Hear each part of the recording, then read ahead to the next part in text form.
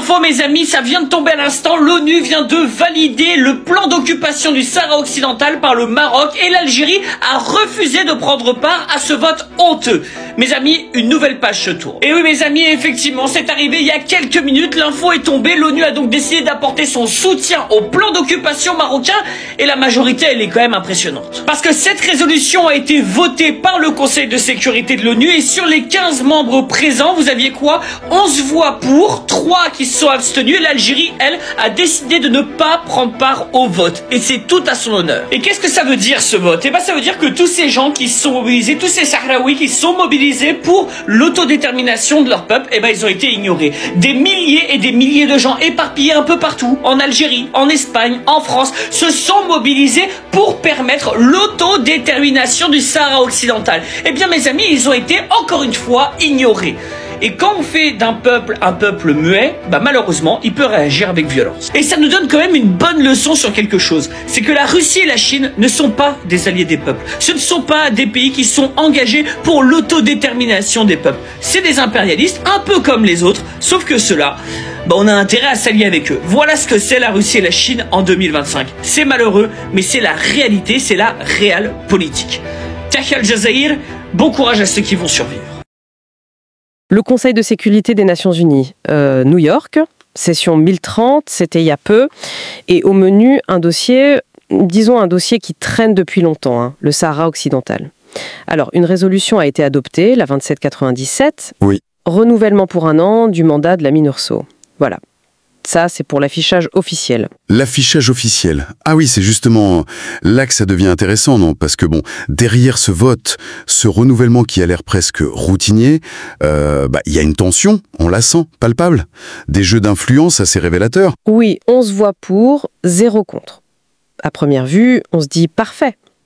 Sauf que, il y a ces 3 abstentions. Et pas des petites. Russie, Chine, Pakistan. Et puis, il y a une chaise vide.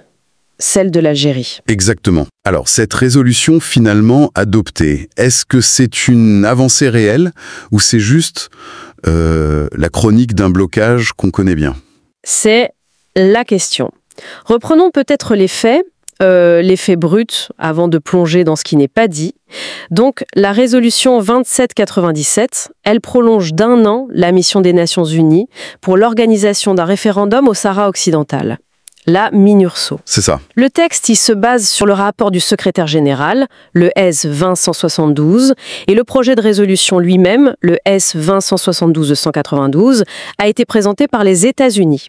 Ce sont eux qui tiennent la plume, comme on dit, sur ce dossier. Tenir la plume, oui, une responsabilité qui n'est jamais tout à fait neutre, on le sait bien, mais revenons un instant sur ce tableau des votes. 11 pour, 0 contre. Ça donne une façade d'unité, presque. Presque. Mais voilà, les abstentions de la Russie et de la Chine. 2 membres permanents quand même, hein. Ça pèse lourd. Est-ce que c'est juste de la prudence, à des accords sur certains mots, jugés trop pro-Maroc peut-être? Ou alors un message plus global envoyé à Washington sur la gestion des crises? Pékin et Moscou aiment bien rappeler qu'ils ont leur propre vision du monde. Et le Pakistan dans tout ça? Son abstention, elle est souvent liée à des logiques du monde musulman ou à des équilibres régionaux assez complexes. C'est difficile d'y voir clair sans écouter les explications de vote, qui sont souvent cruciaux. C'est vrai. Mais le geste le plus spectaculaire, on peut le dire, c'est la non-participation de l'Algérie. Membre non permanent du Conseil, acteur incontournable dans la région, soutien historique du Polisario. Choisir de ne pas voter, là, c'est un signal très fort. Ou un refus de cautionner un texte qui, pour eux, n'allait pas assez loin pour réaffirmer le droit à l'autodétermination. C'est une possibilité. Ou alors, une stratégie plus risquée. En ne votant pas, Alger évite le choix difficile entre un non qui l'isolerait ou un oui à un texte jugé imparfait. Mais le risque n'est-ce pas de se priver d'une voix, de laisser le champ plus libre à l'autre partie? C'est un pari, oui.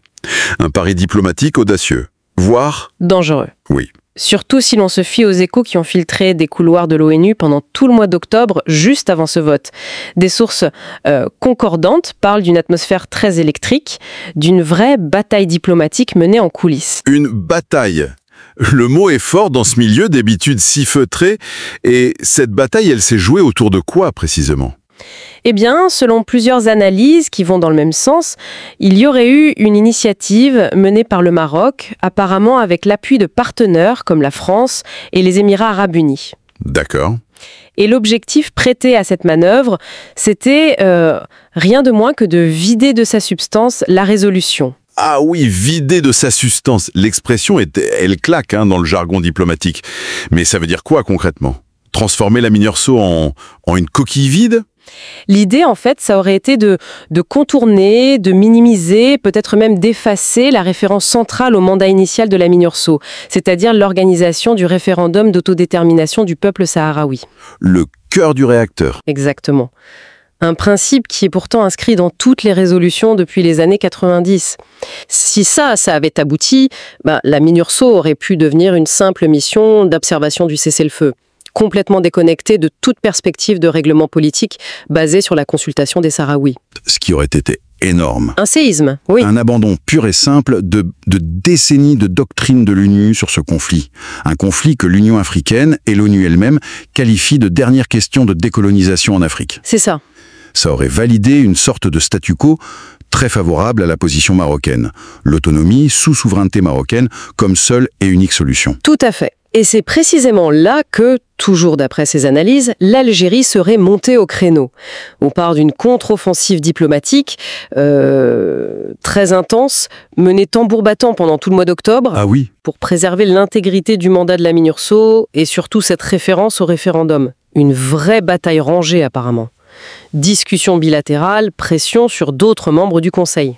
alors question, défense acharnée du droit international, du principe sacré de l'autodétermination des peuples, ou bien défense plus pragmatique des intérêts géopolitiques algériens dans la région, face au rival marocain? La vieille question. Est-ce qu'on peut vraiment séparer les deux d'ailleurs, dans un dossier aussi lourd, aussi symbolique? Alger se voit sûrement comme le gardien d'une certaine orthodoxie onusienne face à ce qui serait perçu comme une tentative de révisionnisme. Les motivations profondes, c'est toujours un mélange complexe, ça, c'est vrai. Ce qui est factuel, par contre, c'est le résultat, le texte final de la résolution de 1797. Et ce texte, malgré toutes ces pressions supposées, il maintient explicitement la référence à l'organisation du référendum. Ça fait partie intégrante du mandat de la Minurso. D'accord. Le langage est peut-être un peu moins fort que ce que certains auraient voulu, mais la mention, elle est là, noir sur blanc. Ce qui nous ramène à notre paradoxe du début, non? Ce score de 11,03 plus un non-participant, qui cache en réalité une division profonde, une lutte acharnée en coulisses. Alors ce résultat final, ce maintien in extremis de la référence au référendum, comment on l'interprète? C'est une victoire pour les défenseurs de la légalité internationale ou c'est juste une non-défaite? Certains analystes et même des acteurs diplomatiques le présentent comme un succès, oui. Un succès pour les partisans du droit à l'autodétermination. Ils parlent de la résilience d'un groupe de pays. Résilience. On pense à l'Afrique du Sud, souvent très active aux côtés de l'Algérie, mais peut-être aussi d'autres membres non alignés, qui seraient restés fermes sur les principes face aux pressions, aux manœuvres. C'est une manière de dire que le droit international, même s'il est malmené, n'a pas complètement plié. La résilience. Ou peut-être, plus simplement, le reflet d'un conseil qui est tellement divisé qu'il devient presque impossible de changer quoi que ce soit de substantiel sur des dossiers aussi sensibles. La Russie et la Chine, avec leurs abstentions, elles ont peut-être aussi voulu signaler qu'elles n'étaient pas prêtes à valider un changement radical. Ça créerait un précédent potentiellement dangereux pour d'autres conflits gelés, d'autres territoires disputés. Leur silence, parfois, il est aussi parlant qu'un veto. C'est une lecture tout à fait plausible, oui. L'immobilisme comme résultat d'un rapport de force bloqué. Mais soyons critiques jusqu'au bout. Ce renouvellement d'un an, même si la mention du référendum est préservée, qu'est-ce que ça apporte de neuf sur le fond? Oui, voilà. N'est-ce pas, encore une fois, juste repousser le problème à l'année prochaine? Une façon d'entretenir une mission onusienne qui coûte cher, sans vraie perspective de déblocage politique. C'est le reproche qu'on entend chaque année. La Minurso, elle est là depuis 1991. Le référendum, il n'a jamais eu lieu. Ça bute sur des désaccords fondamentaux, notamment sur qui a le droit de voter. Le corps électoral? Exactement. Alors oui, On peut dire que c'est une victoire tactique pour ceux qui ont empêché de vider la résolution, mais stratégiquement, nana, le conflit reste dans l'impasse, le blocage politique, il est total. Les conditions pour organiser ce fameux référendum, franchement, elles semblent plus lointaines que jamais. L'envoyé personnel du secrétaire général, Staffan de Mistura, il fait ce qu'il peut, il multiplie les efforts, mais il se heurte à une position qui ne bouge pas. Le Maroc reste sur son plan d'autonomie comme seule base de négociation. C'est ça. Pendant ce temps-là, sur le terrain, ça reste tendu. Le cessez-le-feu de 91, il a été rompu fin 2020. Il y a des incidents armés sporadiques le long du mur de défense marocain. Et puis, il y a la population sahraoui dans les camps de réfugiés de Tindouf, en Algérie, dans des conditions très précaires, depuis presque 50 ans. Terrible. Ce renouvellement annuel, au fond, c'est aussi la perpétuation de ce drame humain et d'une instabilité régionale qui couve. Donc ce vote de la résolution 2797, malgré toutes les péripéties en coulisses, est-ce qu'il a vraiment fait avancer la cause de la paix, d'une solution juste, durable, ou est-ce qu'il n'a fait que maintenir sous perfusion un statu quo qui est intenable, tout en préservant une façade de l'égalité internationale qui se fissure de plus en plus ? La fragilité de cet équilibre, elle est évidente. Chaque année, ce vote, c'est l'occasion d'une nouvelle passe d'armes diplomatique. Chaque année, le mandat est renouvelé, parfois avec des petits ajustements de langage pour essayer de coller à la réalité ou pour satisfaire un camp ou l'autre. Mais le fond du problème, lui, il reste entier. Les positions sont comme pétrifiées. En résumé, ce récent épisode au Conseil de sécurité, c'est une illustration parfaite des complexités, des contradictions du dossier sahraoui. Ça a abouti au renouvellement technique du mandat de la MINURSO, certes, mais ça a surtout mis en lumière, encore une fois, les lignes de fracture profonde, les jeux d'influence et cette confrontation entre des visions radicalement opposées de la diplomatie, du droit international et de l'avenir de ce territoire. Une confrontation qui, en fait, paralyse l'action de l'ONU. Et ça ouvre une question beaucoup plus large, qui nous dépasse et qui dépasse ce cas précis.